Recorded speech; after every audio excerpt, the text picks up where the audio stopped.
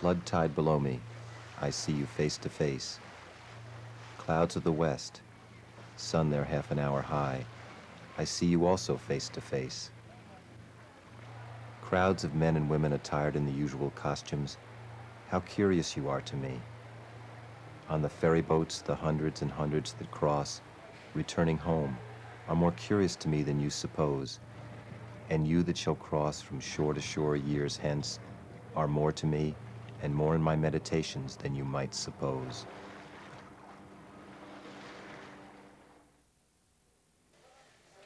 The impalpable sustenance of me from all things at all hours of the day, the simple, compact, well-joined scheme, myself disintegrated, every one disintegrated yet part of the scheme, the similitudes of the past and those of the future, the glories strung like beads on my smallest sights and hearings, on the walk in the street and the passage over the river, the current rushing so swiftly and swimming with me far away, the others that are to follow me, the ties between me and them, the certainty of others, the life, love, sight, hearing of others. Others will enter the gates of the ferry and cross from shore to shore. Others will watch the run of the flood tide.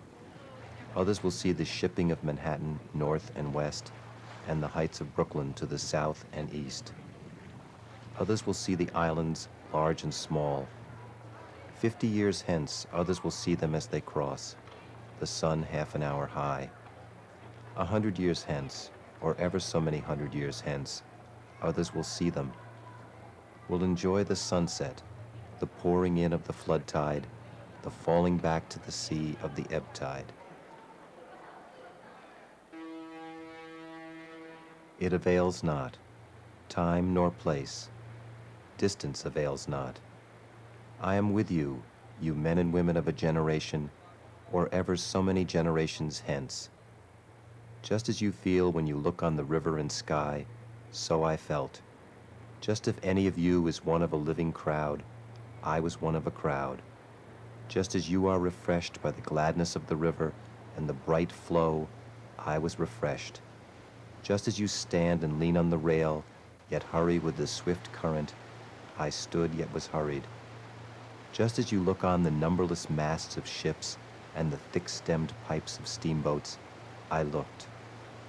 I too many and many a time crossed the river of old, watched the 12th month seagulls, saw them high in the air floating with motionless wings, oscillating their bodies, saw how the glistening yellow lit up parts of their bodies and left the rest in strong shadow, saw the slow-wheeling circles and the gradual edging toward the south, saw the reflection of the summer sky in the water, had my eyes dazzled by the shimmering track of beams, looked at the fine centrifugal spokes of light round the shape of my head in the sunlit water, looked on the haze on the hills southward and southwestward, looked on the vapor as it flew in fleeces tinged with violet, looked toward the lower bay to notice the vessels arriving, saw their approach, saw aboard those that were near me, saw the white sails of schooners and sloops, saw the ships at anchor, the sailors at work in the rigging or out astride the spars,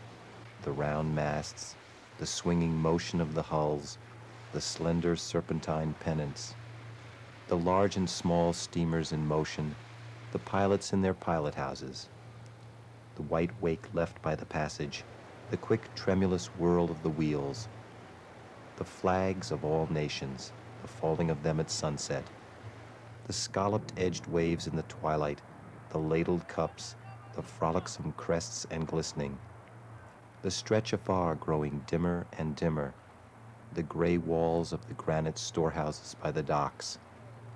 On the river the shadowy group, the big steam tug closely flanked on each side by the barges, the hayboat, the belated lighter.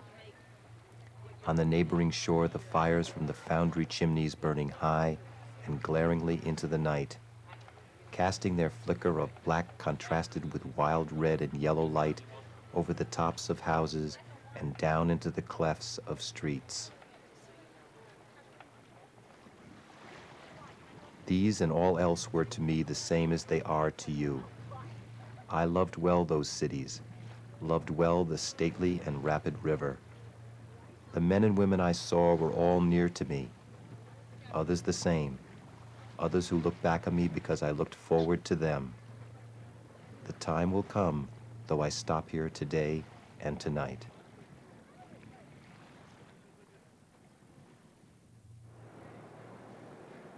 What is it then between us? What is the count of the scores or hundreds of years between us? Whatever it is, it avails not. Distance avails not, and place avails not. I too lived. Brooklyn of ample hills was mine. I too walked the streets of Manhattan Island and bathed in the waters around it. I too felt the curious, abrupt questionings stir within me. In the day among crowds of people, sometimes they came upon me. In my walks home late at night, or as I lay in my bed, they came upon me. I too had been struck from the float forever held in solution. I too had received identity by my body. That I was, I knew, was of my body, and what I should be, I knew I should be of my body.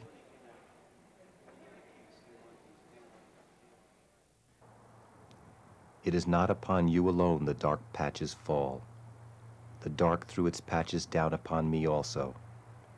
The best I had done seemed to me blank and suspicious. My great thoughts, as I supposed them, were they not in reality meager? Nor is it you alone who know what it is to be evil. I am he who knew what it was to be evil.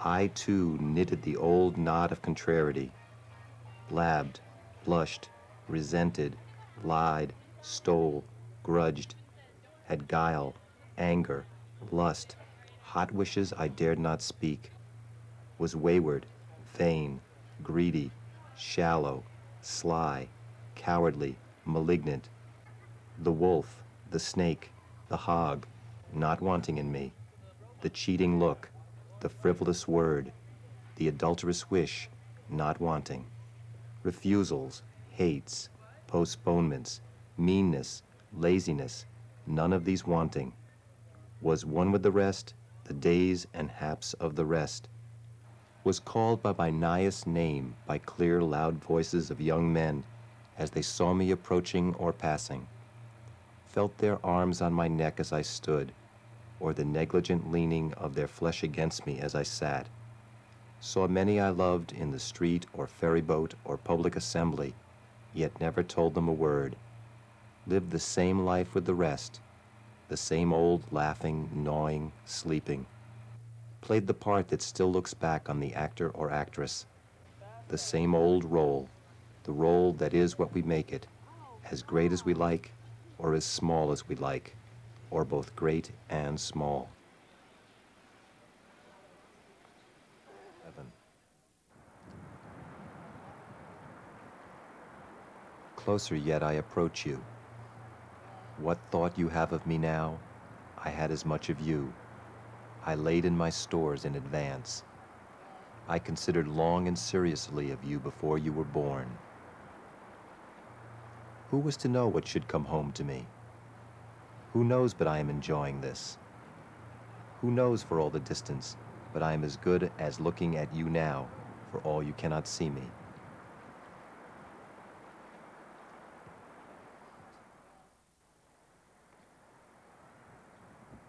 Ah, what can ever be more stately and admirable to me than mast-hemmed Manhattan? River and sunlight and scalloped-edged waves of flood tide, the seagulls oscillating their bodies, the hayboat in the twilight and the belated lighter. What gods can exceed these that clasp me by my hand and with voices I love call me promptly and loudly by my nighest name as I approach? What is more subtle than this which ties me to the woman or man that looks in my face? Which fuses me into you now and pours my meaning into you? We understand then, do we not? What I promised without mentioning it, have you not accepted? What the study could not teach, what the preaching could not accomplish is accomplished, is it not?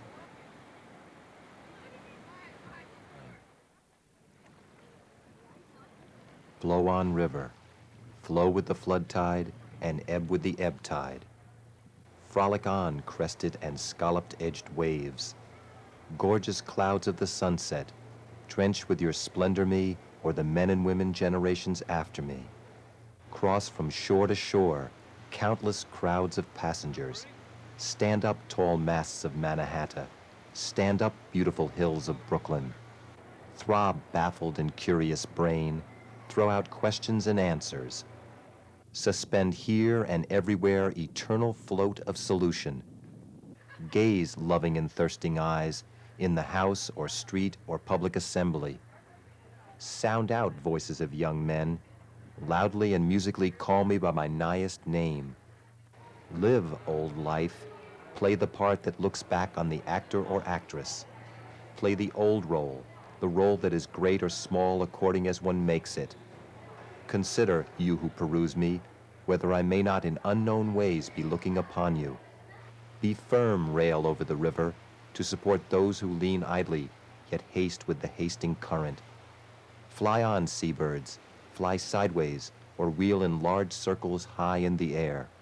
Receive the summer sky, you water, and faithfully hold it till all downcast eyes have time to take it from you. Diverge, fine spokes of light, from the shape of my head or anyone's head in the sunlit water. Come on, ships from the lower bay, pass up or down, white-sailed schooners, sloops, lighters. Flaunt away, flags of all nations, be duly lowered at sunset. Burn high your fire's foundry chimneys, cast black shadows at nightfall, cast red and yellow light over the tops of the houses. Appearances, now or henceforth, indicate what you are. You necessary film, continue to envelop the soul. About my body for me, and your body for you, be hung our divinest aromas. Thrive, cities. Bring your freight, bring your shows, ample and sufficient rivers. Expand, being than which none else is perhaps more spiritual. Keep your places, objects than which none else is more lasting. You have waited. You always wait. You dumb, beautiful ministers. We receive you with free sense at last, and are insatiate henceforward.